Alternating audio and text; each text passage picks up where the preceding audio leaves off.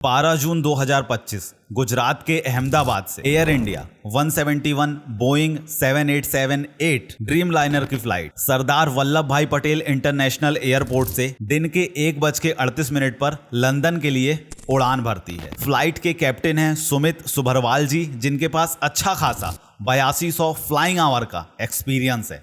उनके साथ ही first class officer Clive Kunder ji, जिनके पास भी 1100 फ्लाइंग आवर का अच्छा खासा एक्सपीरियंस है, फ्लाइट को फ्लाई कर रहे हैं। जैसे ही फ्लाइट टेक ऑफ करती है, फ्लाइट के कैप्टन सुमित सुभरवाल जी मेडे मेडे मेडे कहकर 3 बार कॉल करते हैं और उनके कॉल को एटीएस जब तक समझ पाए, कुछ सेकंड्स में या कुछ मिनटों में आप बोल लीजिए, 1:38 पर दोपहर के फ्लाइट टेक ऑफ की थी और 1:40 के आसपास मेघानी नगर में बीजे मेडिकल कॉलेज के हॉस्टल में जाके घुस जाती है। फ्लाइट में टोटल पैसेंजर्स की संख्या 242 है, जिसमें कि हमारे इंडियंस है 169, 53 ब्रिटिशर्स हैं, वहीं पे 7 पुर्तगालीज और 1 कनाडा का व्यक्ति है। इस घटना के घटने के बाद 241 पैसेंजर्स की ऑन द स्पॉट डेथ हो जाती है। केवल एक पैसेंजर अपनी जान जैसे तैसे बचा पाता है। 11A उनका सीट नंबर है और उनका नाम है विश्वास रमेश कुमार। ये दिन हमारे भारत के लिए एक काला दिन बन के इसलिए भी साबित हुआ क्योंकि उस दिन 241 यात्रियों की तो मौत हुई ही हुई, साथ ही साथ उस दिन इसी प्लेन में हमारे गुजरात के फॉर्मर सीएम विजय रूपानी जी भी ट्रेवल कर रहे थे और उनकी भी ऑन द स्पॉट डेथ हो गई। इस घटना के घटने के बाद कई लोगों ने अपने परिवार को पूरी तरीके से खो दिया। आप जितना कॉम्बिनेशन परम्यूटेशन लगा सकते हैं लगा लीजिए, क्योंकि इसमें एक लेडी जो 7 महीने की प्रेग्नेंट थी वो एक्सपायर हो गई। इसी में किसी ने अपने फादर को खोया, किसी ने अपनी मदर को खोया, किसी ने अपने दोनों बच्चों को खो दिया।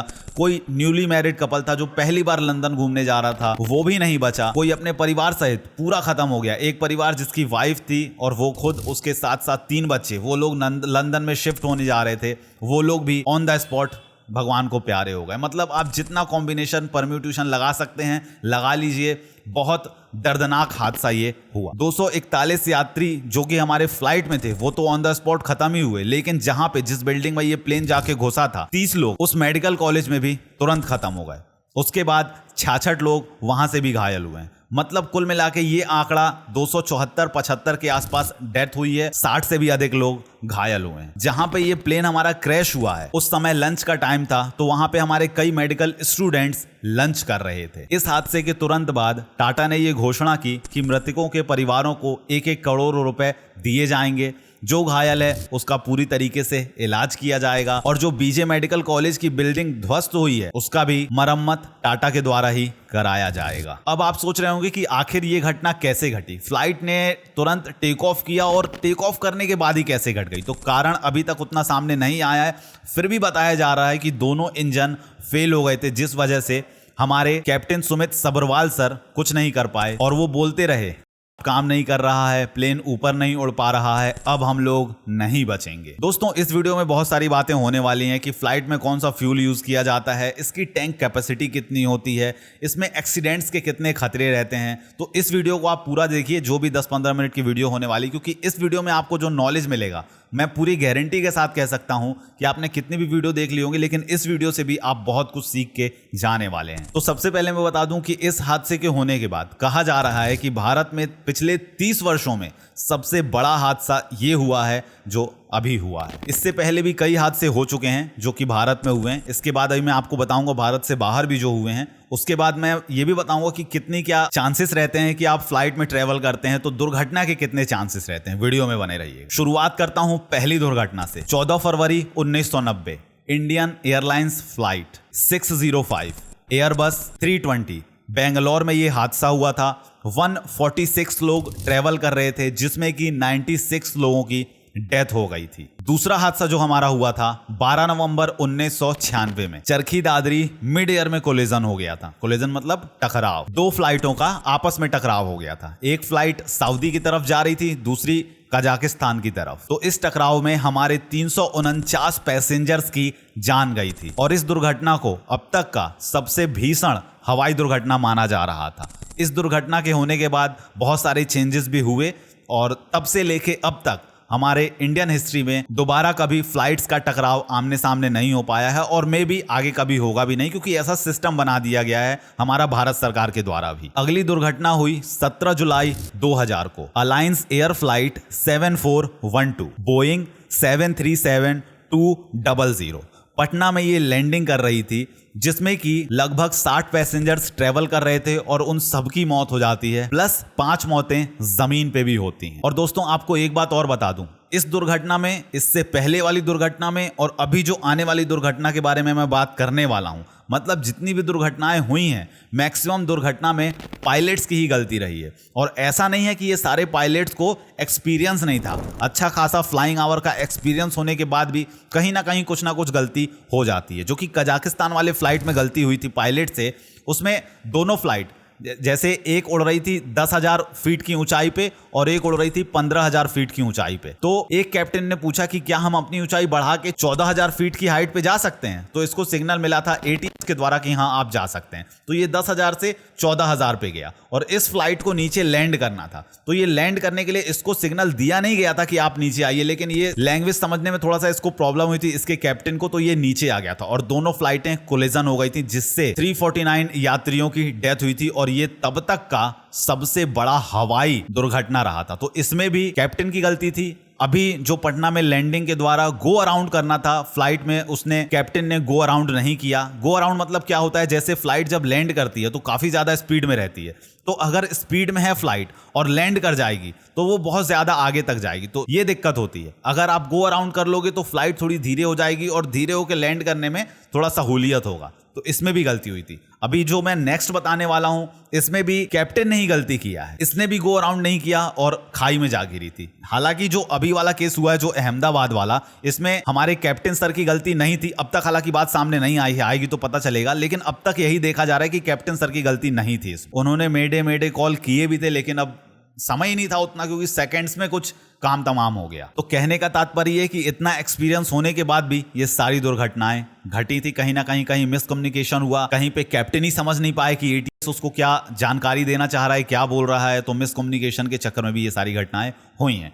अब बात हम अगली दुर्घटना की करते हैं। 22 मई 2010 AI 812 दुबई से मंगलुरु आती हुई फ्लाइट में 166 यात्री ट्रेवल करते हैं, जिसमें कि 158 पैसेंजर्स की ऑन द स्पॉट डेथ हो जाती है और फ्लाइट 300 फीट गहरी खाई में जा गिरती है। इसमें भी हमारे कैप्टन सर को निर्देश दिया गया था कि आप एक बार गो अराउंड कीजिए, लेकिन ये गो अराउंड नहीं किए हमारे कैप्टन सर, जिसमें कि ये दुर्घटना घटी। अगली दुर्घटना हुई 7 अगस्त 2010 को। ये भी हमारी एयर इंडिया की फ्लाइट है, बोइंग 737-800 कोझिकोड केरल के रनवे पे हमारी फ्लाइट फिसलती है और 2 टुकड़े में बढ़ जाती है, जिसमें 18 पैसेंजर्स की ऑन द स्पॉट डेथ होती है और 120 से ज्यादा पैसेंजर्स घायल हो जाते हैं। ये जितनी भी घटनाएं मैंने अब तक आपको बताया ये हमारे भारत में हुई थी।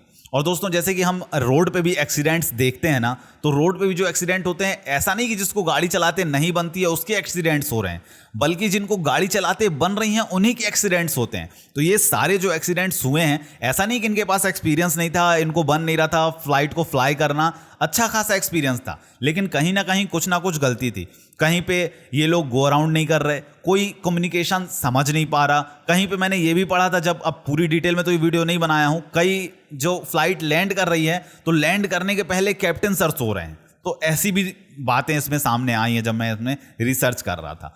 अब मैं आगे बात करने वाला हूं कि जो हमारे देश में जो दुर्घटनाएं हुई हैं, जो टॉप की दुर्घटनाएं हैं, उनमें से कुछ 3-4 आपको बताता हूं। तो पहली दुर्घटना हुई है तुर्किश एयरलाइंस में, फ्लाइट 981 3 मार्च 1974 को पेरिस फ्रांस में 346 पैसेंजर्स की डेथ हो जाती है। मतलब जितने पैसेंजर्स ट्रेवल कर रहे थे सारे मर जाते हैं और ये दुर्घटना उस समय की सबसे बड़ी विमान दुर्घटना थी। और ये दुर्घटना किस कारण से हुई थी, तो एक्चुअली में कार्गो डोर खुल गए थे, जिससे कि कैबिन में प्रेशर बन गया था और प्रेशर बनने से हमारे कैप्टन सर उस प्रेशर को कंट्रोल नहीं कर पाए और विमान दुर्घटनाग्रस्त हो गया। दूसरी दुर्घटना हुई 27 मार्च 1977 को, टेनेरिफ एयरपोर्ट डिजास्टर।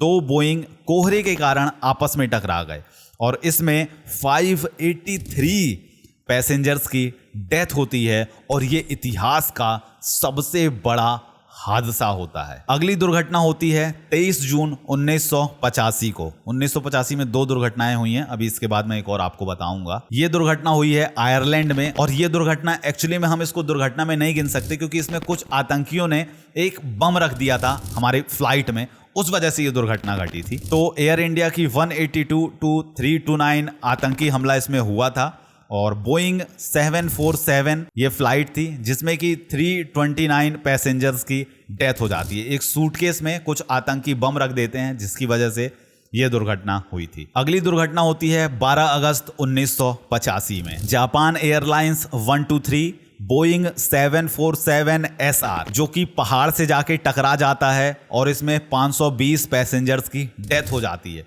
केवल 4 पैसेंजर्स ही बच पाते हैं। एक और मिस हैपनिंग हुई थी 1978 में, मैं भूल रहा था, आपको बताता हूं। 1 जनवरी 1978 में एयर इंडिया की 855 बोइंग 747 मुंबई से दुबई उड़ने के 2 मिनट बाद ही अरब सागर में जा गिरती है, जिसमें कि सभी के सभी 213 सारे पैसेंजर्स की डेथ हो जाती है, और ये इस समय की तब तक की सबसे बड़ी दुर्घटना थी। और दोस्तों मैं आपको फिर से बता दूं कि ये भी दुर्घटना जो हुई है ये भी पायलट की गलती से ही होती है। तो कहीं ना कहीं हम देखें तो मिस हैपनिंग वैसे भी फ्लाइट्स में बहुत कम होती हैं, लेकिन जो भी हुई हैं तो इसमें पायलट्स की गलती के कारण हुई है। अब इस केस में देखिए अभी क्या चीज़ निकल के आती है सामने, कुछ समय बाद पता चलेगा। लेकिन अब 242 लोग तो हमने खो दिए और 33 लोग हमने ज़मीन पे खोए, मतलब कुल मिला के 274-75 डेथ हुई हैं और 60 से ज़्यादा लोग घायल हुए हैं दोस्तों। और इतनी डेथ होने का कारण जो भी अभी तक मैंने आपको बताया, इतनी डेथ क्यों हो जाती हैं? क्योंकि जैसे जो फ्लाइट में ट्रैवल करते हैं हम जनरली, जिसमें 200 से ज़्यादा 100 से ज़्यादा पैसेंजर्स ट्रैवल करते हैं, तो इसमें हज़ारों में, किसी फ्लाइट में लाखों में फ्यूल कैपेसिटी होती है। जैसे इसमें जो हमारा अभी अहमदाबाद में जो दुर्घटना घटी है, इसमें फ्यूल कैपेसिटी थी इस फ्लाइट की लगभग 1,30,000 के आसपास। तो इसमें फ्यूल कितना भरा हुआ था? 1,25,000। अब आप सोचिए इसमें जो इतना फ्यूल था, एकदम रिफाइंड फ्यूल होता है जो भी हमारे एयरलाइंस में यूज होता है, रिफाइंड फ्यूल। तो जब ये 1,25,000 फ्यूल जब जलेगा तो आप सोच के देखिए कि कितना बड़ा दुर्घटना हो सकता है या होगा। तो इसमें कैसे कोई बच सकता है? जबकि एक यात्री 11A सीट पे जो ट्रेवल कर रहा था वो तो बच गया। उसका नाम मैंने आपको बताया, विश्वास रमेश कुमार, जो कि वाकई में अपने आप में बहुत अचंभे की बात है कि कैसे उनकी किस्मत बहुत अच्छी थी, भगवान ने उनको बचा लिया। इस दुर्घटना के होने के बाद मैंने थोड़ा रिसर्च किया। मैंने सोचा कि यार हम इतना पैसा दे के भी ट्रेवल करते हैं तो क्या हम अभी भी सेफ नहीं हैं? तो मैंने सोचा कि चलिए हम देखते हैं कि किसमें हमको ज्यादा चांसेस रहते हैं कि हम सेफली जहां पे जा रहे हैं वहां पहुंच जाएं। क्योंकि इस दुर्घटना के बाद मैंने जैसा कि आपको बताया, बहुत सारा आप परम्यूटेशन और कॉम्बिनेशन लगा लीजिए, जितना मतलब आप गलत सोच सकते उतना गलत सोच लीजिए। लोगों ने इतना अपने परिवारजनों को खोया है इतने तरीके से। न्यूली मैरिड कपल चले गए हैं, एक लेडी के पेट में बच्चा था वो लेडी चली गई है, एक कोई उद्योगपति था बाहर राजस्थान का, उसके 2 बच्चे थे, सिर्फ दोनों बच्चे चले गए हैं। कोई अपने परिवार की अस्थियां यहाँ पे विसर्जन करने आया था, वो भी चला गया। मतलब और भी आप जितना कॉम्बिनेशन लगा सकते हैं। तो मैंने देखा कि अगर आप फ्लाइट में ट्रैवल करते हैं तो फ्लाइट में ट्रैवल करने में दुर्घटना मिस हैपनिंग होने की चांसेस बहुत कम है। मैं आपको एक डेटा बताता हूं, अगर फ्लाइट्स लगभग 1 करोड़ उड़ानें अगर भरती हैं तो उसमें से केवल एक ही बार हादसा होता है। जबकि अगर कंपेयर करें रेलवे से तो रेलवे में कहीं ज्यादा हादसे होते हैं। अभी आगे मैं बताऊंगा, आपको डेटा भी बताऊंगा। तो इसी में अगर मैं आपको मृत्यु दर की बात कर लूं तो प्रति अरब यात्राएं, मतलब आप फ्लाइट से प्रति अरब बार यात्रा करेंगे तो भी आपकी फ्लाइट्स में मृत्यु दर होगी 0.7। मतलब सोचिए आप। और वहीं अगर आप ट्रेन में करते हैं ट्रेवल तो बहुत ज्यादा होगी, आप अंदाजा नहीं लगा सकते हो। तो पिछले 10 सालों में अगर मैं आपको बताऊं, पिछले 10 सालों में फ्लाइट्स में ट्रेवल करते हुए दुर्घटनाग्रस्त अगर हुई हैं तो उसमें कितनी जाने गई हैं? तो फ्लाइट्स में जाने गई हैं 260। आंकड़ा बड़ा हो सकता है लेकिन आप सोचिए 260 जाने गई हैं पिछले 10 सालों में। लेकिन वहीं अगर मैं आपको ट्रेन का ये आंकड़ा बताऊं कि पिछले 10 सालों में कितनी दुर्घटना हुई है, घटी है, तो उसमें कितने लोग की जान गई है। तो आपको एक दुर्घटना याद होगा, अभी बालासोर में जो हुआ था, बहुत बड़ा ट्रेन हादसा हुआ था बालासोर में। तो उसी समय कितनी ज़्यादा जाने गई थी? 300 से ज़्यादा जाने गई थी। कई बार ट्रेन का टूट जाता है ब्रिज तो वो गिर जाती है खाई में या फिर पानी समुद्र में, नदी में, जैसे भी। तो टोटल जो इसमें जाने गई हैं पिछले 10 सालों में सोचिए कहां 10 साल में 260 जाने गई हैं और यहां कहां पे आप 2,60,000 सुन रहे हैं। देखिए ये बात तो सच है कि फ्लाइट्स में अगर कभी भी मिस हैपनिंग होती है तो चांसेस बहुत कम, लगभग ना के बराबर होते हैं कि आप बचेंगे, क्योंकि इसमें जो फ्यूल टैंक की कैपेसिटी होती है हजारों में होती है, कई फ्लाइट्स में तो लाखों में होती है, और फ्यूल काफी ज्यादा इसका फ्लेमेबल होता है, तुरंत आग पकड़ लेता है। तो चांसेस बहुत कम है। आप कूद भी जाओगे तो कैसे बचोगे, क्योंकि अगर देखा जाए तो आधे से ज्यादा लोग पैराशूट समझते ही नहीं है कि कैसे लगाएं, और वहां पे उतना टाइम ही नहीं रहता है कि आप पैराशूट लगा के कूद पाओगे। आधे से ज्यादा को पता ही नहीं होगा कि एग्जिट कहां से है। लेकिन ट्रेन में ये सारी सुविधाएं तो हैं, उसमें चांस हैं कि आप बच सकते हो, क्योंकि हो सकता है इसमें सबसे पहली बात कि ऐसा कोई फ्यूल का दिक्कत नहीं है कि फ्यूल भड़क जाएगा तो पूरा सभी बोगी में आग लग जाएगा, नहीं, थोड़े बहुत चांसेस हैं बचने के। लेकिन दिक्कत क्या है कि एक्सीडेंट्स इसमें ज़्यादा होते हैं, भीड़ बहुत ज़्यादा होती है, तो उसीलिए इसमें मृत्यु दर ज़्यादा है। फ्लाइट्स में होती मिस हैपनिंग होती ही बहुत कम है, इसलिए मृत्यु दर भी बहुत ज़्यादा कम है। तो दोस्तों फ्लाइट्स में जेट ए और जेट A1 फ्यूल का प्रयोग किया जाता है, जिसमें कि जेट A1 इंटरनेशनल फ्लाइट्स जो होती हैं ज़्यादा प्रयोग होता है, और जेट ए वाला जो फ्यूल रहता है वो USA की फ्लाइट्स में ज़्यादातर प्रयोग में किया जाता है। जेट A1 फ्यूल की अगर बात करूं तो ये -47 डिग्री सेल्सियस पे भी नहीं जमता है, और +38 डिग्री सेल्सियस पे भी इसमें आग नहीं लगती है। तो रीजन यही है कि इंटरनेशनल फ्लाइट्स में सबसे ज्यादा क्या मैक्सिमम भी क्या यही केवल यही फ्यूल यूज किया जाता है। तो अब इंतजार इसी बात का है, जो दुर्घटना अभी गुजरात के अहमदाबाद में घटी है, इसमें आखिर क्या मिस हैपनिंग हुई है, क्या गलती हुई रहती है, कि पायलट की गलती है कि क्या ATS की गलती है, किसकी गलती है, ये कुछ समय बाद ही पता चलेगा। अगर आपको ये वीडियो पसंद आई तो वीडियो को प्लीज लाइक करिए। मिलता हूं मैं आपसे अगली वीडियो में। थैंक यू आपका ये वीडियो देखने के लिए, और हाँ, थोड़ा सा आप इस वीडियो के नीचे कमेंट करके जरूर बताइएगा कि आपको इस वीडियो में क्या अच्छा लगा, कुछ नई जानकारी मिली कि नहीं मिली। थैंक यू आपका।